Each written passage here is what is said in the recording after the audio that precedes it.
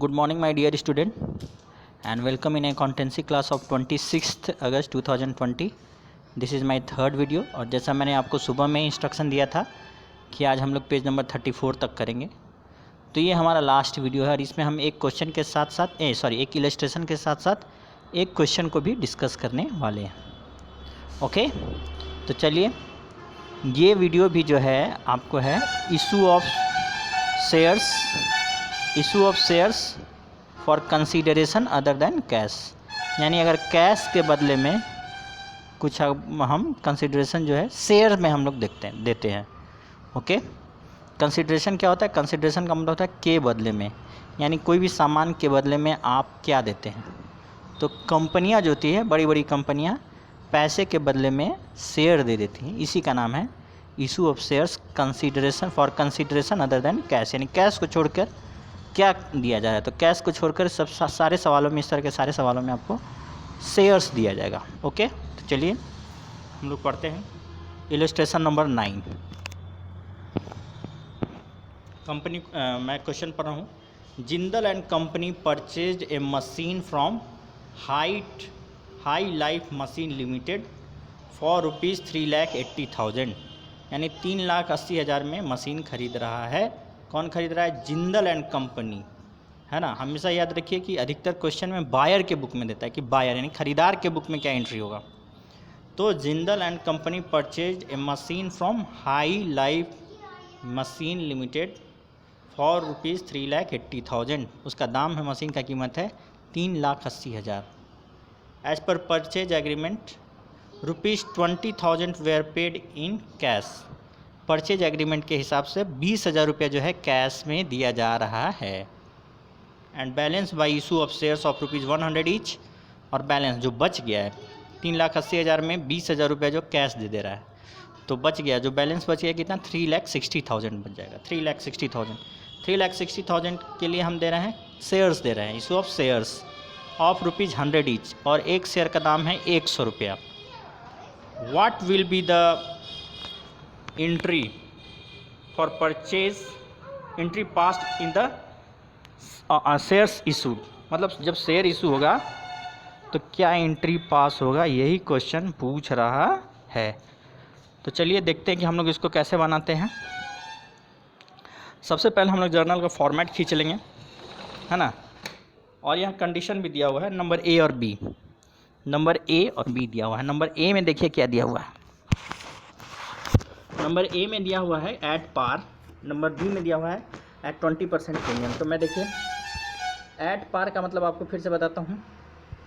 At par का मतलब होता है 100 रुपये का शेयर को 100 रुपये पे इशू करना, और 20% प्रीमियम का मतलब हो गया कि 100 रुपया का शेयर को 100 का 20%, तो 100 का 20% निकालना बहुत आसान है, 20 रुपीज़ होगा, यानी कि 100 का शेयर को 120 रुपये पे इशू कर रहा है। तो दोनों के केस में आपको पूछ रहा है। तो सबसे पहले जो है इसमें देखिए एट पार के केस में भी निकाल लिया है और एट प्रीमियम के केस में भी निकाल लिया। तो ये 3,60,000 कैसे है आपको मालूम चल गया। 3,80,000 जो उसका इशू मनी प्राइस मनी है, इसमें से 20,000 रुपये जो है वो क्या है? कैश पेमेंट हो गया। तो बच कितना गया? 3,60,000। 3,60,000 के लिए ही जो है वो देगा शेयर्स। तो 3,60,000 आ गया, और एक शेयर का दाम 100 रुपया है पहला केस में, तो इतना शेयर का इशू हुआ 3,600। दूसरा केस में 3,60,000 है और एक शेयर का दाम है 120 रुपया, तो ओनली 3,000 शेयर इशू करने से काम चल जाएगा। यानी कि पहले वाले केस में ज़्यादा शेयर इशू करना पड़ रहा है, और जब प्रीमियम पे इशू हो रहा है तो नेचुरली जो है कम शेयर पे काम चल जाएगा। Only 3,000 share. जर्नल एंट्री देखिए, जर्नल का फॉर्मेट बनाइए। ये जिंदल एंड कंपनी है ना, जो परचेजर है उसके बुक में। तो सीधा बात है, मशीन 3,80,000 मशीन अकाउंट डेबिट हो गया। बैंक यानी जो कैश दिया 20,000 उसके लिए क्रेडिट हो गया, और हाई लिमिटेड को यहाँ पर क्रेडिटर बनाएंगे 3,60,000 के लिए ओनली, है ना। पहला जर्नल एंट्री में आप जो है सीधे प्रीमियम नहीं दीजिएगा, सीधे मतलब जर्नल एंट्री शेयर्स का नहीं दीजिएगा। पहला जर्नल एंट्री में जो दीजिएगा कि मशीन अकाउंट डेबिट तो जिस कंपनी से ख़रीदा है उसका नाम। अगर मान लीजिए कि परचेजर का नाम नहीं दिया है तो वेंडर अकाउंट आप लिख दीजिए, वेंडर्स, VENDOR, वेंडर्स, है ना। स्पेलिंग मैं फिर से बोल रहा हूँ, VENDOR', वेंडर्स अकाउंट, मतलब क्रेता के बुक में, है ना, वेंडर। सॉरी वेंडर मतलब विक्रेता। तो यहाँ पर विक्रेता कौन है, हाई लाइफ मशीन लिमिटेड, ये विक्रेता है हमारा, तो इसका नाम हो गया। दूसरा जो इशू होगा वो आप ए कंडीशन लगा के, जो ए कंडीशन है एट पार वाला सिचुएशन में, तो 3,60,000 रुपया और टू शेयर कैपिटल सिंपली 3,60,000 आ जाएगा, क्योंकि एट पार में कुछ भी नहीं होता है। 3,600 शेयर्स ऑफ 100 ईच लिख दीजिएगा, यानी 3600 शेयर इशू हुआ है 100 रुपये का, तो 3,60,000। और ऐसे भी आप हिसाब कीजिए, जो 3600 शेयर है इसको आप अगर 100 से मल्टीप्लाई कर दीजिएगा तो 3,60,000 आ जाएगा। ये हो गया 3,60,000 रुपया। दूसरा वाला जो है एंट्री होगा उसमें आपको जो है नंबर ऑफ शेयर्स कम आया है, तो उसका जनरल एंट्री होगा High Life Machine Limited account debit 3,60,000 to share capital 3 lakh. अब बोलिएगा 3 लाख कहाँ से आ गया, तो उसमें आप जो डिवाइड किए हैं वहाँ पे 3,000 शेयर ही आया। आप देखिए, ये देखिए 3,000 शेयर्स आया है बी के कंडीशन में, तो यहाँ पे 3,000 इंटू 100 होगा शेयर कैपिटल में, 3,000 इंटू 100, तो ये 3 लाख हो जाएगा। और दूसरा केस में हो जाएगा 3,000 इंटू 20, क्योंकि 20 रुपया है, तो 3,000 इंटू 20 आप कीजिएगा तो 60,000 आ जाएगा। तो इस तरह से ये 3,60,000 भी आ गया, ऑटोमेटिक कैलकुलेट हो जाता है, कुछ भी करने की ज़रूरत नहीं है। जब आप एक बार अच्छा से डिवाइड कर लेते हैं तो ये अपने आप आ जाता है। और जानते हैं सिक्योरिटीज़ प्रीमियम रिजर्व के लिए, सिक्योरिटीज़ प्रीमियम रिजर्व अकाउंट जो है वो प्रीमियम के नाम से जो है, इसको प्रीमियम आप बोल सकते हैं। प्रीमियम का अमाउंट इसी खाते में क्रेडिट होता है, ये खाता अलग से बनता है। अगर शेयर कैपिटल है तो सिंपली शेयर कैपिटल होगा। चलिए टेस्ट योर अंडरस्टैंडिंग्स में आइए अब। तो यहाँ पे ये चूज़ द करेक्ट आंसर,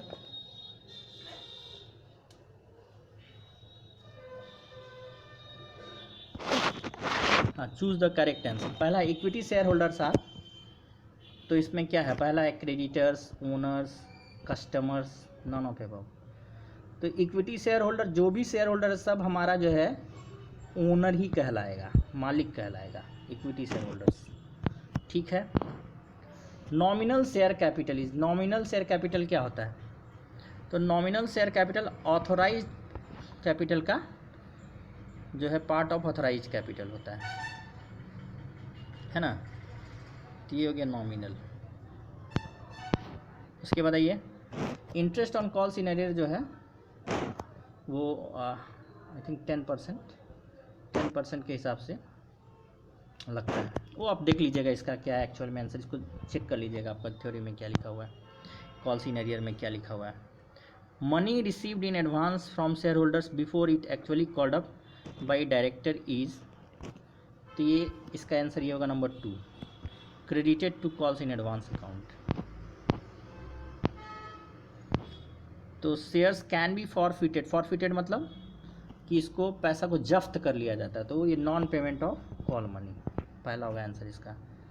उसके बाद द प्रॉफिट ऑफ री इशू, इसको हम लोग जब री इशू पढ़ेंगे तो इसको समझाएंगे। इसमें इसका दिया है आंसर कहाँ पे है, test your understanding 1, test your understanding 2।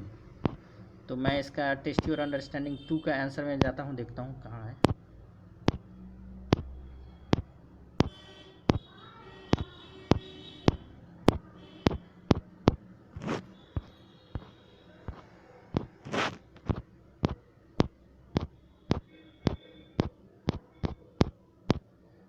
इससे पहले आज हम लोग क्वेश्चन नंबर 9 जो है इलस्ट्रेशन 9 की तरह उसको भी डिस्कस कर लेते हैं। वो आज आप अपने CW में जो है एज ए CW आज बनाइएगा आप लोग, तो इसका जर्नल एंट्री भी मैं बता दूंगा, है ना, तो ये भी आपके लिए इजी पड़ जाएगा। चलिए ये इलस्ट्रेशन 9 को हम लोग, एक क्वेश्चन नंबर 9 को हम लोग डिस्कस करते हैं। Question number 9, Kumar limited purchase assets of rupees 6,30,000 from Bhanu Oil limited. Kumar limited issued equity shares of 100 each, fully paid in consideration. What journal entry will be made if shares are issued at par at a premium of 20%? तो देखिए once again आप देखिए at par और at premium simply वही दिया है और 6,30,000 का आपका पेमेंट है। तो सबसे पहले आप जो इसका सॉल्यूशन लिखिएगा, सॉल्यूशन में लिखिएगा in the books of Kumar limited, है ना, in the books of Kumar limited के बुक में आपको बनाना है। उसका जर्नल का फॉर्मेट खींचिएगा, जर्नल का फॉर्मेट में पहला जर्नल एंट्री जो आपको करना है वो ये होगा कि आपने देखिए क्या खरीदा है, असेट्स खरीदा है। तो जर्नल एंट्री इस प्रकार होगा, असेट्स अकाउंट डेबिट 6,30,000, फिर से मैं बोल रहा हूँ, assets account debit 6,30,000 to Bhanu Oil Limited, to Bhanu Oil Limited. ठीक है, उसके बाद जो आप जो इसका जो फॉर्मेट आप बनाए हैं, इस तरह से जो फॉर्मेट बना होगा, तो यहाँ पे लिखिएगा कंडीशन नंबर ए। पहला वाला जर्नल एंट्री लिखने के बाद में बोला दूसरा जर्नल एंट्री में कंडीशन नंबर ए दीजिएगा।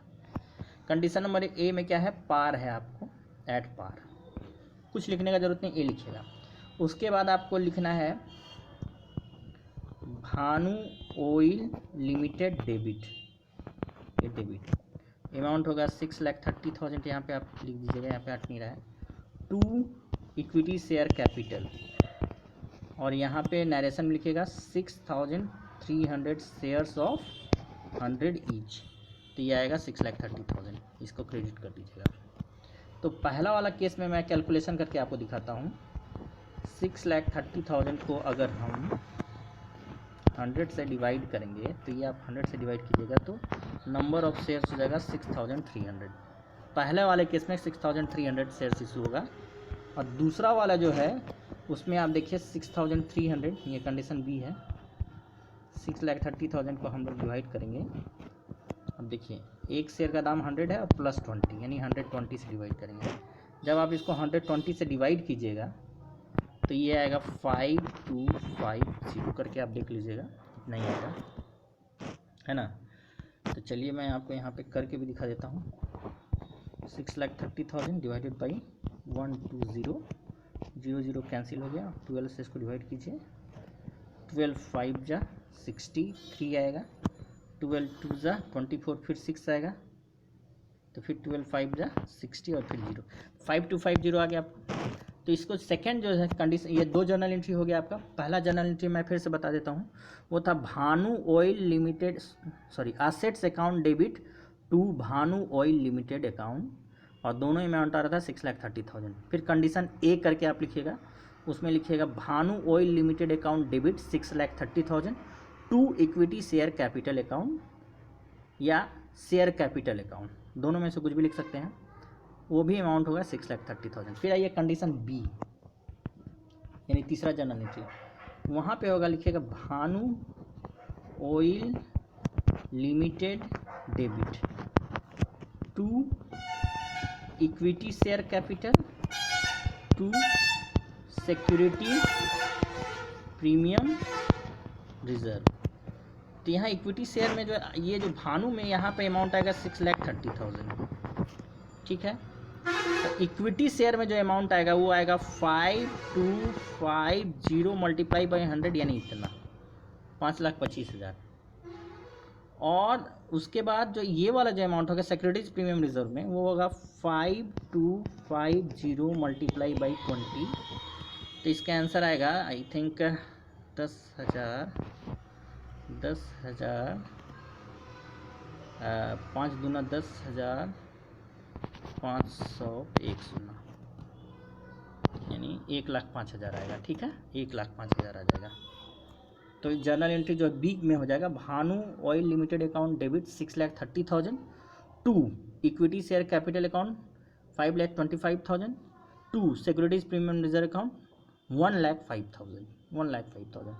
तो इस तरह से ये आपका हो गया। अब मैं देखता हूँ कि टेस्ट योर अंडरस्टैंडिंग का भी आंसर अगर नीचे दिया है तो वहाँ से क्लियर हो जाएगा कि कॉल्स इन अरियर पे कितना परसेंट पे हम लेते हैं इंटरेस्ट। हालांकि इंटरेस्ट हम लोग को सिलेबस में पढ़ना ही नहीं है, तो कोई फ़ायदा नहीं है उसके बारे में जानकर, फिर भी आप देख लीजिए, ये हमारा आंसर है, यहाँ पे दिया हुआ है। अब कौन सा नंबर क्वेश्चन था वो देखना पड़ेगा मेरे ख्याल से।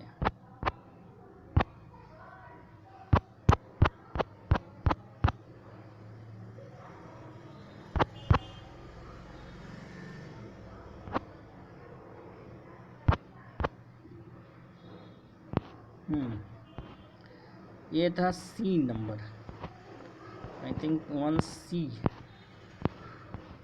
टेस्ट योर अंडरस्टैंडिंग में सी है, ठीक है। तो सी का आंसर हम देख लेते हैं यहाँ पे।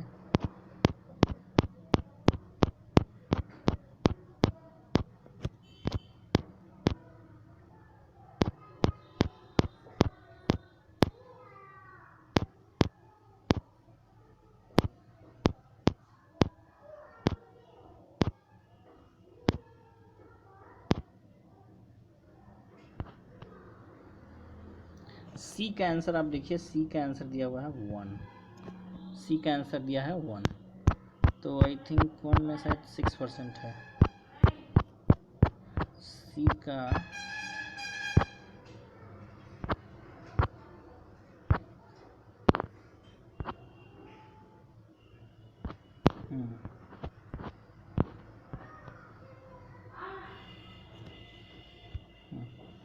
सी का आंसर 10% है। तो चलिए यही है, लेकिन ये आपको सिलेबस में पढ़ना नहीं है, तो इसको आप पढ़ने से कोई फ़ायदा नहीं है। और बी का आंसर जो है मैंने देखा, बी का आंसर 3 दिया हुआ था, तो ये होगा इसका, ये भी सही है पार्ट 1, लेकिन उससे भी ज़्यादा करेक्ट ये है, मैंने देखा उसको आपको आंसर बता दिया था कि maximum amount of share capital which a company is authorise to issue, इसी को बोलते हैं नॉमिनल शेयर कैपिटल। ओके, तो थैंक यू सो मच। अगर आपको कहीं समझ में ना आया हो तो आप पूछ लीजिएगा फ़ोन करके।